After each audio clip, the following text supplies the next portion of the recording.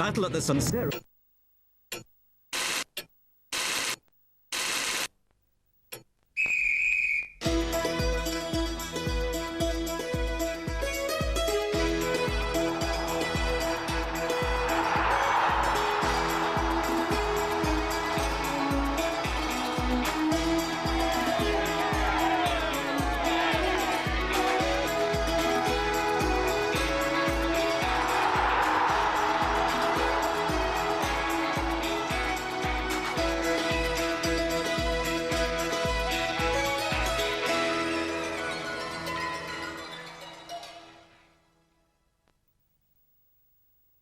It is always a pleasure to visit Glasgow, but never more so than in this important year, when the city is celebrating its recognition as European City of Culture for 1990. I'm sure that as European City of Culture, you will leave to the history of Glasgow and to the spirit of Europe a lasting legacy.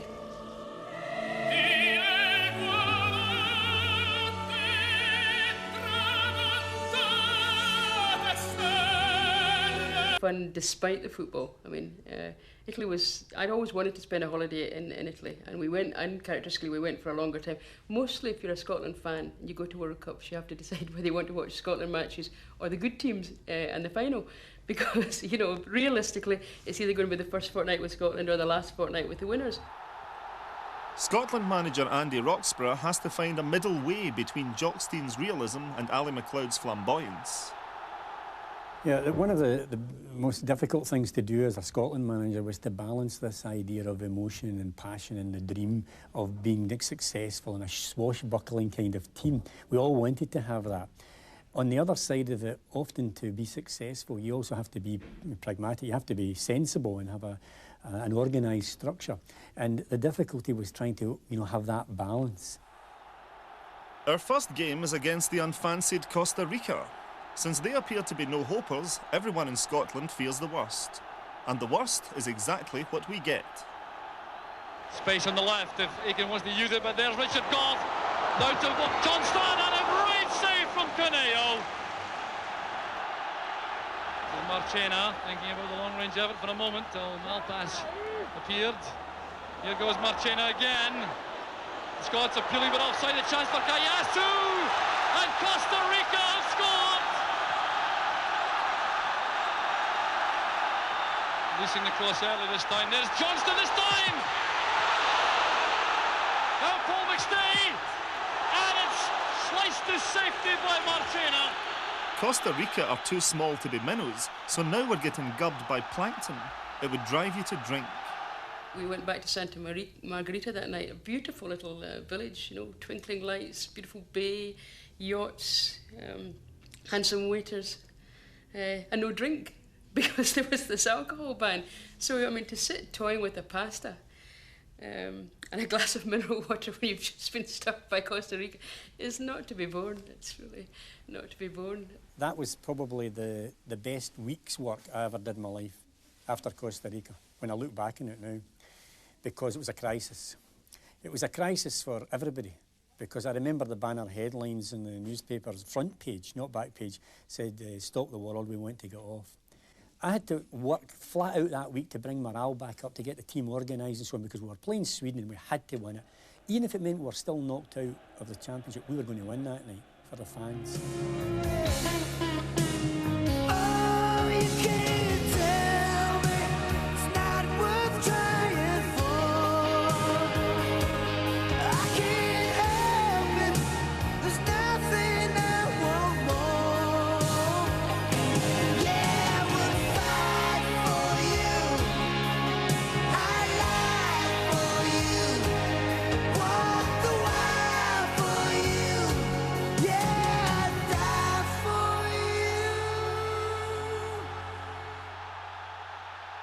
And I've spoken to many people afterwards who said that the best night they've ever spent at a football event was that night after Sweden. They said because the Swedish supporters, Italians and our people just blended together in one big party. Now to progress, we have to draw with the mighty Brazil. We're only 7 minutes from doing so when, being Scotland, Calamity strikes. Blocked there by Leighton.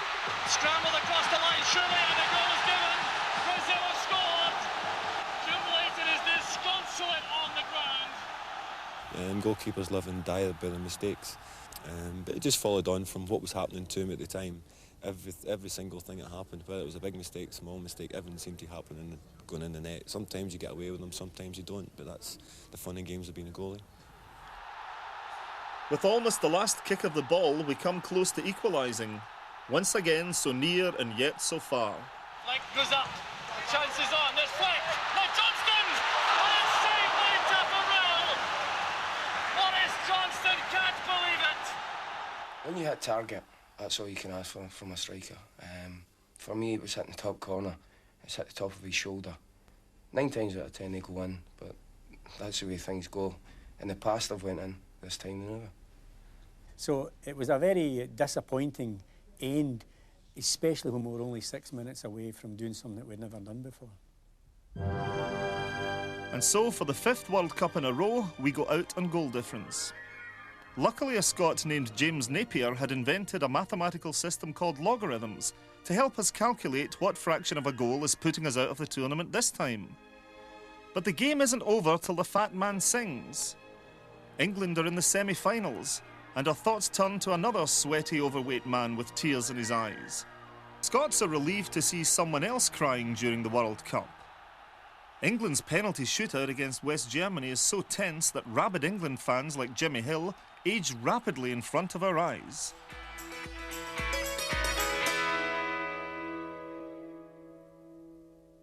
In the early 90s, 2 strong-willed leaders meet on a somewhat awkward blind date.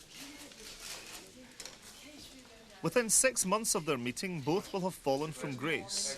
Mrs. Thatcher because of Maastricht, and Graham Souness because of Liverpool.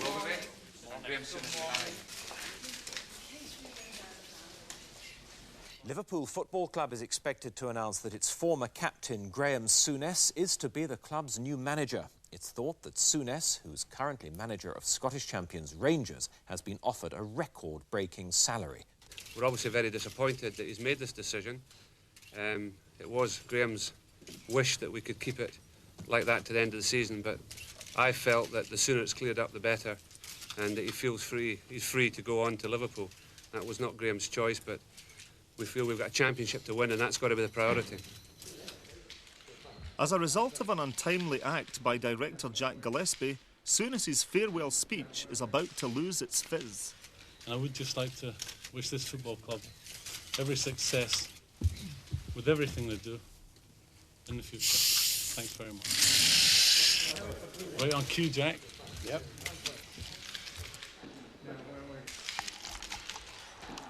Souness had been an effervescent and controversial character from the moment he arrived at Ibrox, provoking strong reactions from everyone. Well, I always feel if he was made of chocolate, he'd eat himself. As a person, not for me. No. I wouldn't like to play for him. I think if I was enjoying my game, he shouldn't put a clamp on that.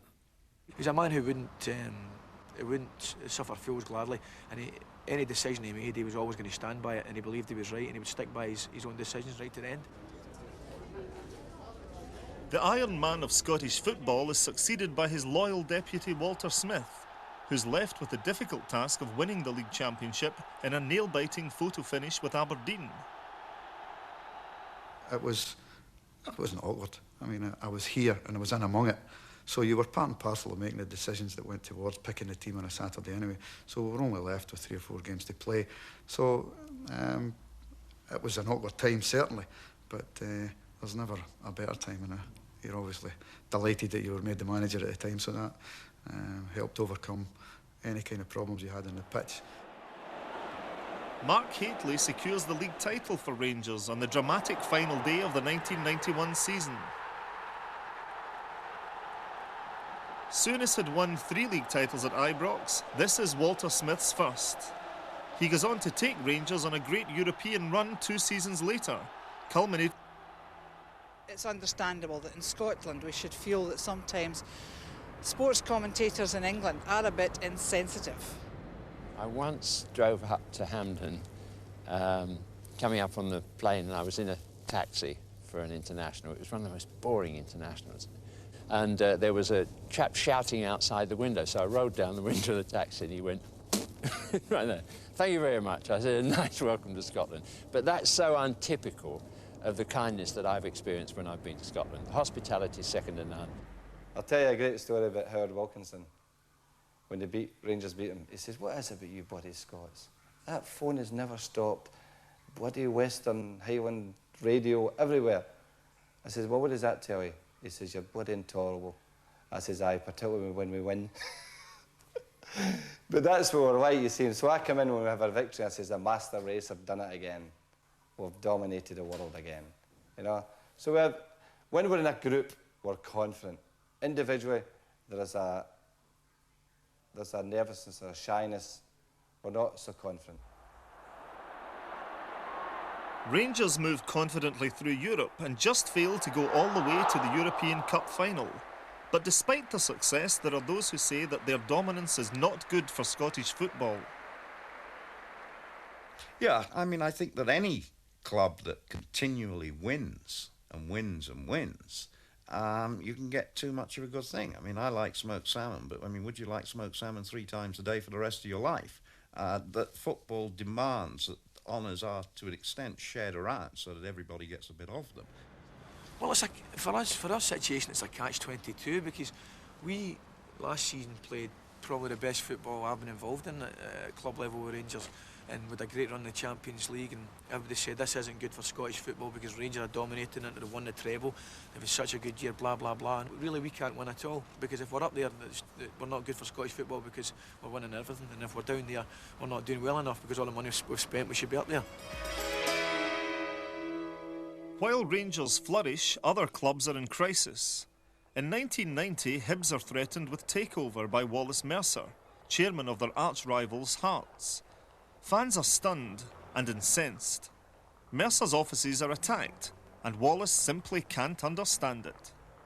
And to see bricks going through windows, to see police and all-night guard and Alsatian dogs, I say to myself, what are we at? Is this Scotland? Is this Edinburgh? Is there anything? I mean, this is tribalism. This is what we're trying to end. Why is there this vitriolic feeling? Why is there this outpouring of hatred, envy, and everything else? But Wallace Mercer, for goodness sake, the man wanted to take over Hibs. There was absolutely no chance of that happening. No chance. Now, I speak as someone who knows about this. Our Petra, my daughter, married into a good Hibs family. And actually, we're all Hibs now because we didn't want a mixed marriage. But there was no chance that Wallace Mercer could have succeeded.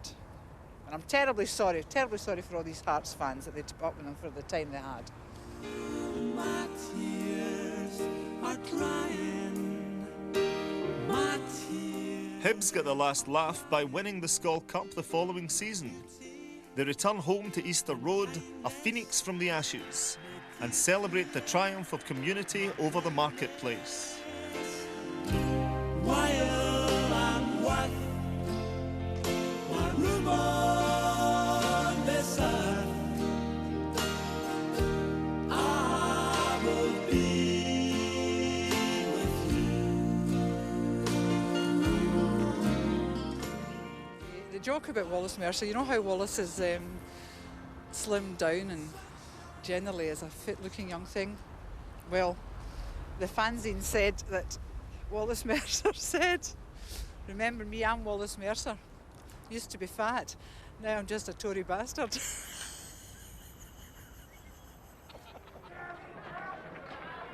Meanwhile, Rangers' great rivals Celtic are floundering. Angry fans protest against an intransigent board and poor results on the pitch.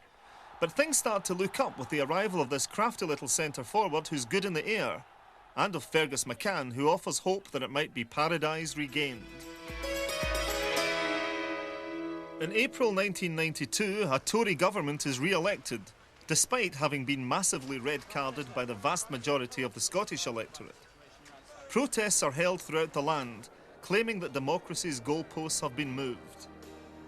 Banners are raised in favour of a newly formed team called Scotland United, which, like other Scottish squads, starts well but fades against better organised opponents.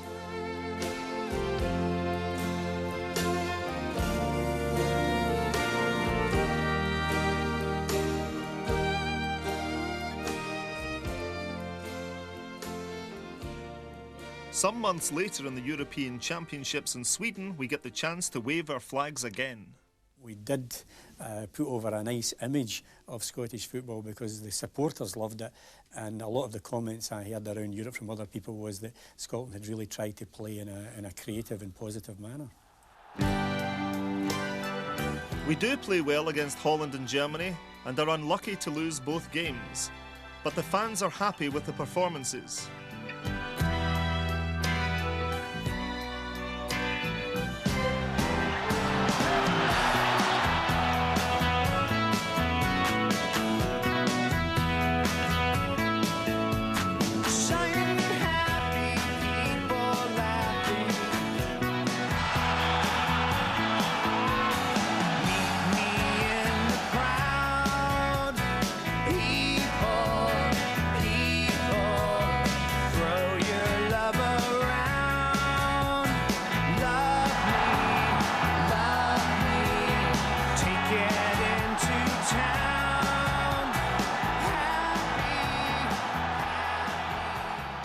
I can always remember at the end of the German game coming in after the press conference and the boys saying, "You'll need to speak to the crowd, they won't go away."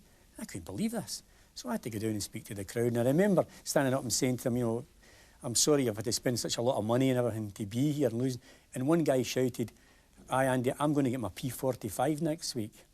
And I looked at him and said, "Well, after tonight's result, I think I'll be joining you, pal." Now, as it turned out, it took a year, but I got my P45.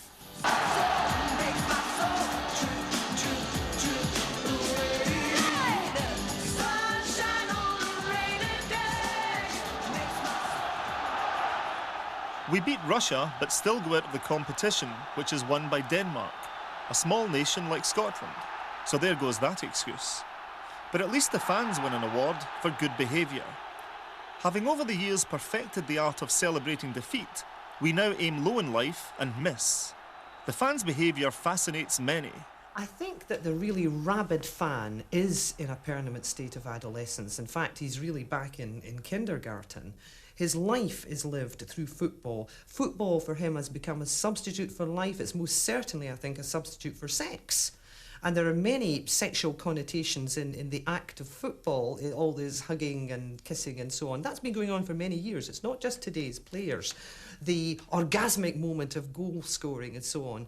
The rabid fan loves all this. I'm sure that he's had very little to do with any female for yonks. And it has warped relationships. It does warp relationships. Women get fed up of being football widows. But the love affair with the national team is over for most fans in April '93, when we crashed at a 5-0 defeat by Portugal and failed to qualify for the World Cup finals for the first time in 20 years. Ironically, Scotland experiences its darkest hour in Lisbon's Stadium of Light. Few people are standing up and saying, "This is not football we're getting here. Why are we doing this? Why isn't anybody changing it?" And that's why we lost 5-0 in Portugal. And I think it all came back. That was probably, I think somebody said it was the death of a team, the night a team died. And it was true. But it was more than that. It was the night our game died. And now we have to pick it up. And it'll be interesting to see where we go from here. Everyone has a theory about whether the death of Scottish football is real or has been greatly exaggerated. By the time Scotland advertised for a new manager, which was in the autumn of 1993, our track record was that we'd been gubbed in 38 games out of 61. Now, I think other countries were trying to tell us something. I think that out of the ether, this message was coming in many languages, and it was a simple one: you are crap. Soccer is important in as much as it's fun and it's a part of our national psyche, but it ought never to be more than that, and it ought to be confused with other aspirations. I mean, if you ask me if I would like to win the World Cup 3 times in a row, or if I would like a parliament in Edinburgh to look after Scottish affairs, it's absolutely no contest. You know, take your World Cup away. You go to these meetings now, the under-13s, under-14s teams. Yeah, like you're supposed to present prizes. It's like 3,000 prizes there for these kids. There's the man that's turned up most and never got a game got a prize. The best volley this season, the best header. And I'm thinking, you haven't won bugger all when you're getting these. I've got 3 medals at home from my schoolboy days. I mean, that's the only 3 medals we won. And we had to win them. I think that football has staggered through in this country. It never has any leadership. I mean, the Scottish Football Association, for example, nice people, but they're really just a glorified golf club. You know, this committee meets and that committee meets and the other committee meets, and they all sort of shuffle pieces of paper around. And somehow out of that, the game is expected to go forward. See, the game today has changed dramatically. I mean, money has come into the game. Money has ruined the game. I mean, you get fellas like John Barnes, hardly plays at all, and he's on 10,000 a week. He's probably one of the very few players who gets injured in the question of sport. Some of the injuries seem quite trivial to me. I've had worse encounters in supermarkets with people ramming trolleys into me. I just feel now, when we played the game, our object was to play and trying to become a star. Today, we've got stars trying to become players. And I think that to some extent we're looking forward to a period of more disappointments. But I think in that is also the sense that there's something that we don't yet know about Scottish football, that there's a victory yet to come, that there's a moment yet to savour, that there's something that is waiting for us somewhere in the early 21st century. It might be the big one. There's another day coming. There's another group of players around the corner. There are new events and new matches, and Scotland will be back in their new stadium, hopefully packed with adoring fans cheering them on to success. I hope I live to see it, and I'm sure I will. Certainly you will.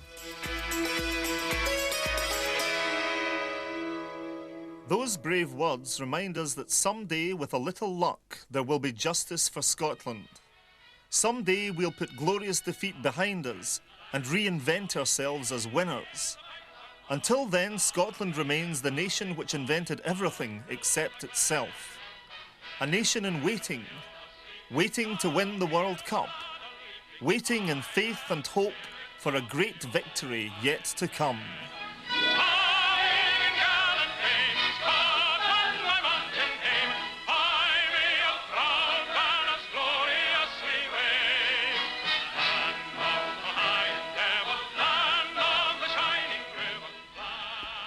There's more faith, hope and a wee bit of calamity thrown in for good measure tomorrow at 1:15 in Scottish television's warm-up to the game against Brazil. Your ticket to the World Cup.